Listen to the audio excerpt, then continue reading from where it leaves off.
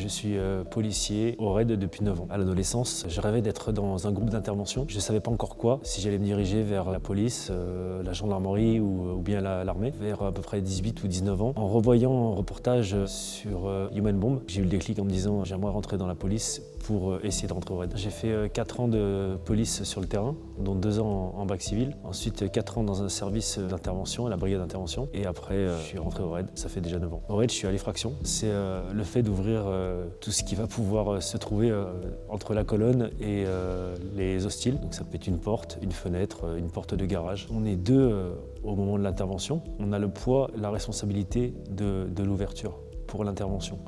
On fait partie de l'intervention ensuite en tant qu'opérateur, mais la responsabilité, elle est que sur 2 hommes pour ouvrir la porte. Je dis souvent qu'il y a 2 combats en fait. Il y a le combat avec la porte, ça on le fait avec le binôme, et après il y a le combat à l'intérieur, l'interpellation et la neutralisation des hostiles. On est centré avant tout sur la porte pour être efficace, pour le faire le plus rapidement possible, le plus silencieusement possible, du mieux qu'on peut en fait. Il y a quelques années, sur une intervention où l'homme était retranché tout seul, il était aguerri aux armes, il nous avait menacé avec un fusil. Du coup, par rapport au côté exigu du couloir, on a proposé, mon binôme et moi, d'utiliser l'explosif de manière à être à distance pour ouvrir la porte. On a posé une charge, la porte a explosé, a été coupée. L'intérêt est double en fait, c'est qu'on peut ouvrir une porte à distance, ce qui nous permet nous d'être protégés. Et l'effet blast, l'effet choquant pour la personne à l'intérieur, permet de figer un peu la situation. Et effectivement, ça a payé puisque dès l'ouverture, dès l'explosif actionné, la personne s'est mise d'elle-même allongée en disant c'est bon, je me rends. C'est intéressant parce qu'on l'utilise